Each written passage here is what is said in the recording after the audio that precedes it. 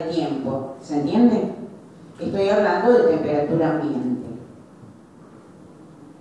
Y he aplicado una tensión inferior al límite elástico, eso es lo más grave. ¿Qué pasa si para la misma tensión aplicada la temperatura del ensayo es mayor? Es mayor al ambiente. Entonces, en vez de tener una deformación OA, voy a tener una deformación OC. La deformación va a ser mayor. Porque, ¿qué es lo que disminuye ahí si yo aumento la temperatura? Muy bien. ¿Y el módulo elástico qué me marca? ¿La qué del material? La rigidez. Si aumento la temperatura, la rigidez es menor, disminuye el módulo elástico. Pero para mantener el producto por la deformación en la ley de Hooke, la deformación debe ser mayor si disminuye el módulo elástico. ¿Está bien? Para una misma tensión al límite elástico. ¿Está bien? Tiene que ver mucho con el tema de las dilotaciones, porque se acomodan las dilotaciones. No, acá no hay deformación permanente. Claro, pero... Estoy dentro de la zona elástica. Pero... Acá. Ahí estoy acá. No, es porque la temperatura lo que hace es volver menos rígido el material, es más deformable. ¿Está bien? Inclusive vamos a ver qué pasa con temperaturas muy altas. Es tan deformable que por más que haya sido deformado previamente por la aplicación de la tensión, el endurecimiento por deformación que sufre el material es sumamente superado por la gran capacidad de deformación que tiene el material cuando se aumenta la temperatura. Aumenta la flexibilidad del material, la capacidad de deformación. Entonces vamos a ver cómo fluye el material con el tiempo en estas nuevas condiciones. Para la misma tensión, pero para una temperatura mayor que el ambiente. Fíjense que la respuesta es esta. Una primera etapa donde el alargamiento aumenta rápidamente con el tiempo, pero la velocidad de deformación, la velocidad del clip, si van trazando tangentes a la curva en la primera etapa, la tangente se hace con pendiente cada vez menor. ¿Cómo es la pendiente? Cada vez menor. La pendiente es cada vez menor, ¿sabes? La tangente, cada punto. Significa que la velocidad del clip o de deformación va disminuyendo al aumentar la deformación con el tiempo en la primera etapa. Eso quiero decir. ¿Qué pasa en la segunda etapa? En la segunda etapa, el material se sigue deformando, pero con una velocidad de deformación constante, porque el comportamiento es lineal. Si nosotros esta línea la prolongamos hasta el eje de ordenadas, nos va a dar la pendiente de la segunda etapa. La pendiente de la segunda etapa nos va a indicar la velocidad de deformación en esta etapa. La velocidad es constante porque la sección transversal de la probeta cuando se está ensayando permanece inalterable. En realidad hay otro concepto que se puede repetir. ¿Por qué la velocidad en la primera etapa disminuía? Disminuye porque acá hay un aumento de la deformación respecto al tiempo, pero la velocidad del clip disminuye hasta T sub 1. Después la velocidad es constante. ¿Qué es lo que pasa en esa zona? Hay una mezcla de cosas. Porque si yo estoy deformando, el material se está endureciendo. Hay un endurecimiento por deformación. Pero a su vez, como la temperatura es alta, puede haber un recocido contra acritud, que todavía no lo hemos visto en tratamientos térmicos. Entonces, acá hay un equilibrio entre el endurecimiento que hay por deformación y el tratamiento que se le produce al material al calentarlo. Como que por un lado se endurece y por otro lado se ablanda y compensa el endurecimiento que tuvo por deformación. Por eso la velocidad de deformación es constante. Pero bueno, no vamos a ese detalle porque todavía no saben tratamientos térmicos. Eso además es una teoría. Llegamos, y además la explicación que siempre dimos en esta materia es que la sección transversal permanece inalterable. Entonces, por eso la velocidad de formación es constante. Llegamos a tiempo t sub 2 y después cambia rotundamente el comportamiento de la materia. Aumenta la deformación con el tiempo, o sea, y comienza la estricción del material. Comienza la estricción y en el punto F se rompe la probeta para el tiempo t sub 3. No, está bien acá. Se rompe la probeta. Esa curva de creep o influencia lenta no es la que más deseamos. En realidad deseamos la que viene abajo. Significa que hay una primera etapa donde la deformación aumenta con el tiempo, pero la velocidad disminuye con el tiempo, y una segunda etapa donde la velocidad de deformación es constante. Esta segunda curva, ¿qué me quiere decir respecto a la primera? En la segunda curva, ¿el material se rompe o no? No se rompe. Entonces, ¿qué diferencia hay entre la segunda curva y la primera? No, hay algo. Exacto. La temperatura. Para las tres curvas la tensión es la misma. Sí. Menor a la límite. Sí. Lo importante es saber que, ¿para qué me sirve este ensayo? ¿Para qué me sirve? Para determinar cuál es la temperatura límite hasta la cual el material se puede deformar sin romperse para llegar a la segunda etapa. Si yo supero esa temperatura límite, llego a la tercera etapa donde hay fricción hasta la rotura del material. Entonces, eso es lo indicativo del ensayo aquí. ¿Cuál es la temperatura límite hasta la cual el material no se rompe por creep?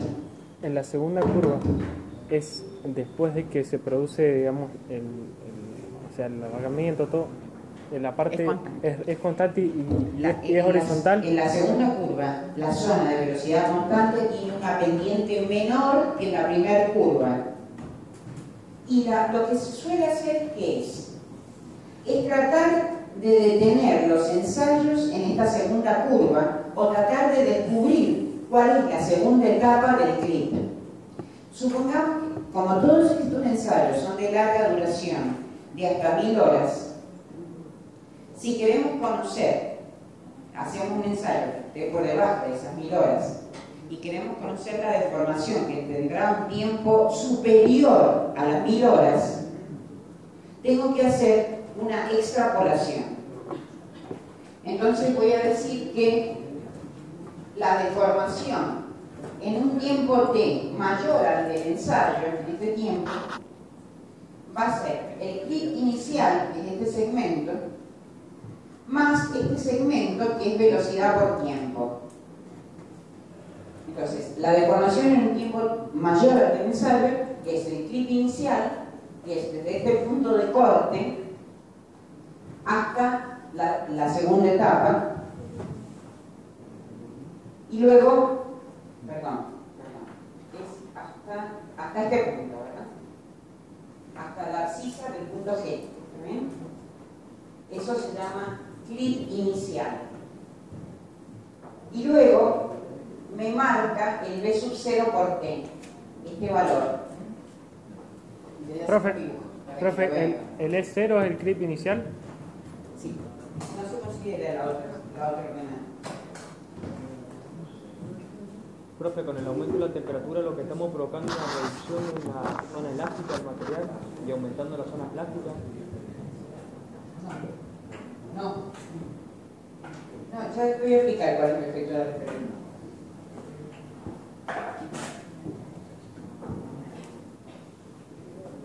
Esta era la curva segunda. Hagamos la tercera.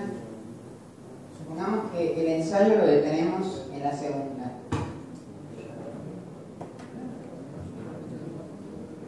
Entonces, a ver.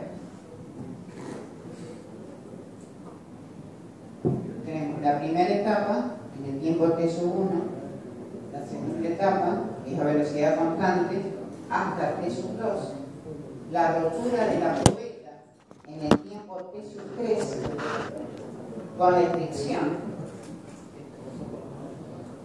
Prolongo la zona lineal y la pendiente de esa recta me va a dar la velocidad de deformación en la segunda etapa.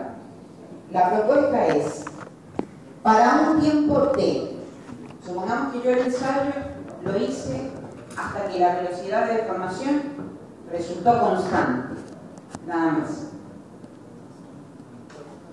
Entonces voy a hacer una extrapolación. La deformación en un tiempo t mayor al del ensayo va a ser igual a, si se considera que desde este punto de corte hasta este, sobre esta vertical, de acá hasta acá, se llama clip inicial.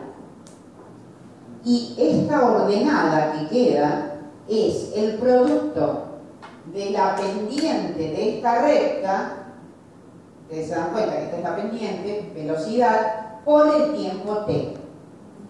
Entonces, clip inicial más b por t me va a dar la deformación para un tiempo superior al del ensayo.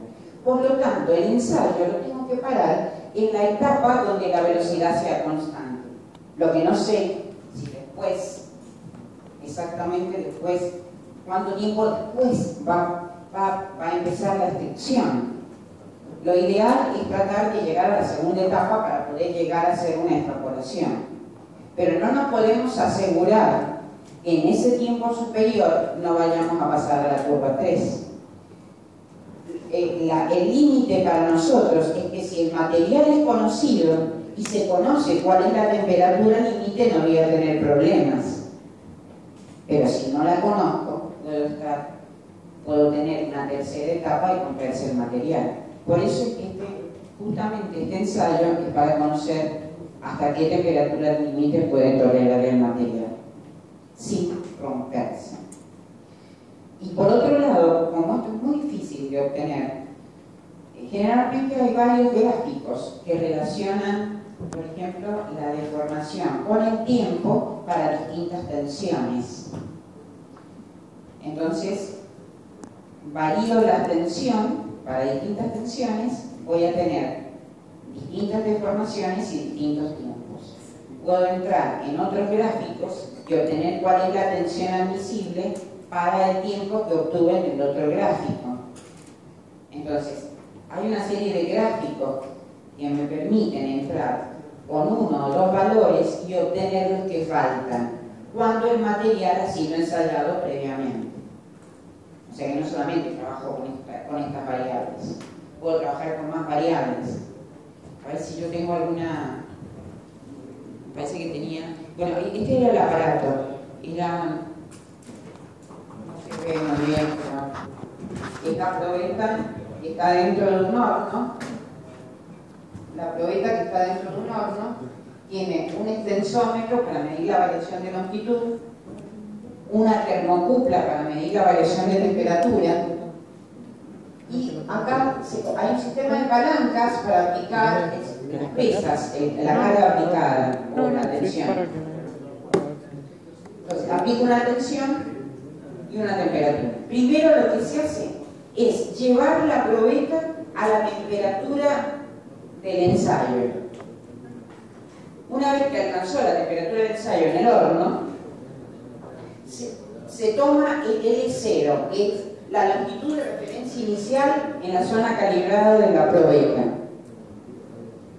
Luego se aplica la carga de una sola vez y se mide la deformación respecto del tiempo, haciendo 50 mediciones o determinaciones diarias de deformación en función del tiempo.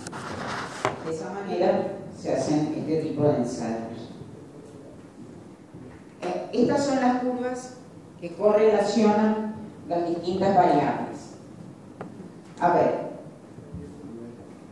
acá estoy relacionando la tensión, para distintas tensiones, cuál es la deformación en función del tiempo. Entonces, supongamos que nosotros tenemos una deformación determinada para una tensión, obtenemos un cierto tiempo.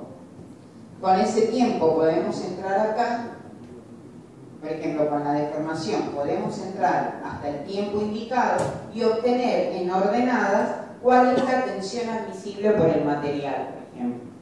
Son gráficos que relacionan distintas variables para un mismo material y para una, en este caso, para una misma temperatura, ¿no? Profe. Hablando de 450 grados en este caso.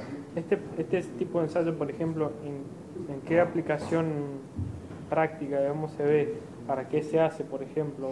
Bueno, generalmente hay un criterio que se toma.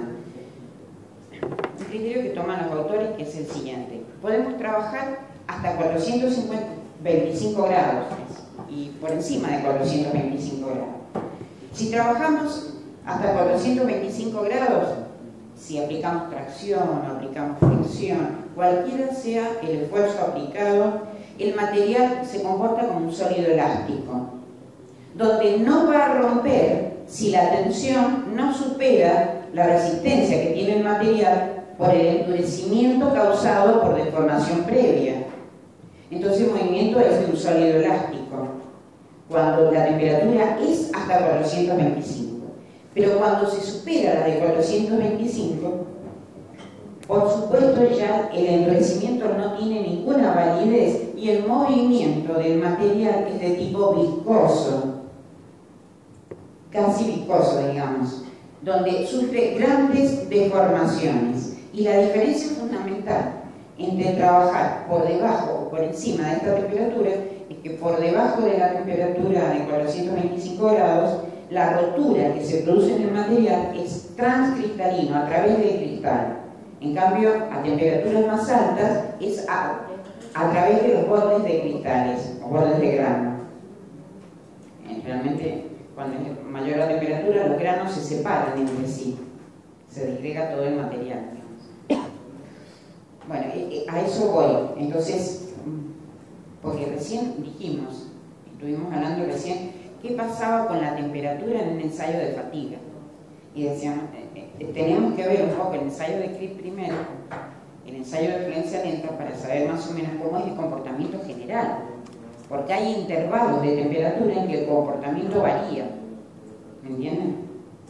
Entonces, en este caso, en forma genérica, lo estoy diciendo, hasta 425 grados con un sólido elástico y por encima sufre grandes deformaciones y tiene un movimiento viscoso, comportamiento viscoso.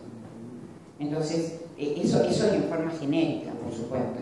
Después lo van a ver en polímeros y van a ver qué comportamiento tienen los otros materiales, excepto en los cerámicos, porque son muy resistentes a temperaturas elevadas.